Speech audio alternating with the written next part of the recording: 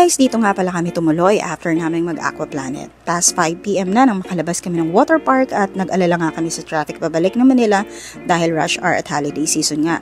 So good luck sa pantog ko kung may ipit ako sa traffic at isa papagod na rin ng mga drivers kaya naisipan namin mag-book via Airbnb at ito nga Casa Isabela ang napili kong pagstayan since may 4 rooms dito at may receiving area din. Dito lang dito sa Mabalacat, Pampanga. And I made sure na kasya kaming 14 packs at sa halagang 5,200 pesos per night ay okay na. 7:30 PM na rin kami nakarating dito kagabi at sa sobrang pagod nga namin ay nag-dinner na lang kami at natulog kagad.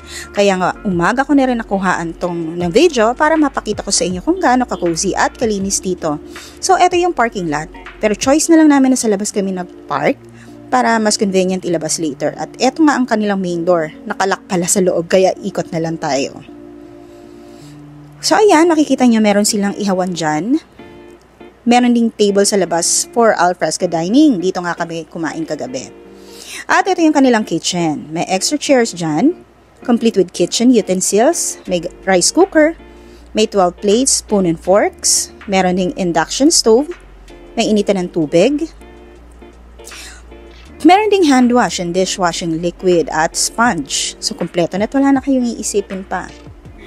Nag-order nga lang pala kami sa Grab kagabi para mabilis kami makakain at makapagpahinga na. Naggagayak na nga pala kami pauwi dito nila tita kaya habang tulog pa yung iba naming mga kasama ay hinabol ko ma-vlog nga to para sa inyo kaya pasensya na sa kalat at pasintabi sa mga natutulog pa. Ito nga pala yung receiving area. So ganyan yung couch nila dyan. May TV. Pwede ka rin mag-video ka dyan at ito ang kanilang mini kitchen. Meron din dyan lavatory. Nandyan din yung fridge at meron silang free 1 gallon of drinking water.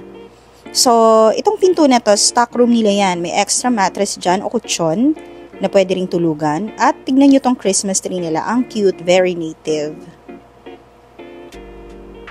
So, tara, akyat tayo sa taas at silipin natin yung mga kwarto.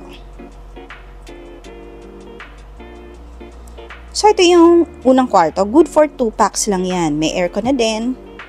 At ito yung aming kwarto. Actually, ito yung kanilang parang pinaka-master's bedroom. Kasi may kasama na siyang toilet and bathroom dyan. Kompleto yan. May hand wash. Meron na ring shower gel. May shampoo. Kita nyo, meron din rain shower head. Pati telephone shower head. At may heater din yan, ha. At may bidet. At yan ang napaka-importante. Meron ding extra toilet papers. Meron din dyan kasamang towels na. At merong spray bottle alcohol. At tignan nyo itong mini balcony, merong coffee table dyan na masarap pagtambayan na hindi na nga namin natambayan dahil nga sandali lang yung pagstay namin. And of course, meron ding TV, may split type aircon na sobrang lamig. Sarap din naman ang tulog namin dyan overnight.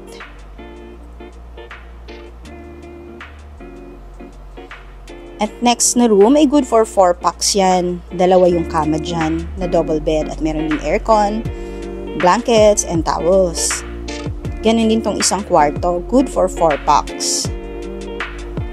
At meron ding 2 toilet and baths. Perfect talaga sa mga big group para hindi kayo nag-iintayan sa paggamit. Dahil nga dala-dalawa na yan. Kumpleto sa shower gels, hand wash, at sobrang linis. May bidet at may heater pa. O nga pala, meron din silang extra unit pa nakatabi namin. Kaya kung talagang madami kayo, kasya pa doon ang 4 to 6 packs at may mini swimming pool pa doon. Syempre, iba din ang rate, no? Kuya, aalis na kami maya-maya. Kung bakante ito, ay pwede nyo ring i-rent yung pool lang alone for extra charge. Si Kuya Dan nga pala yung caretaker namin na nag-assist sa amin dito. Thank you po, Kuya! So, nandun nga pala yung unit namin na pinag-stayan doon sa kabila. Tapos kung mapapansin nyo, yung gate na yun sa dulo, ay yun yung daan papunta dito sa kabilang unit. At pag nirent nyo tong pool lang, kasama nyong marirent itong alfresco dining na yan. Itong buong labas na to, sa inyo yan. Loft type nga pala yung loob niya. At may receiving area din and kitchen. Thank you, Kuya!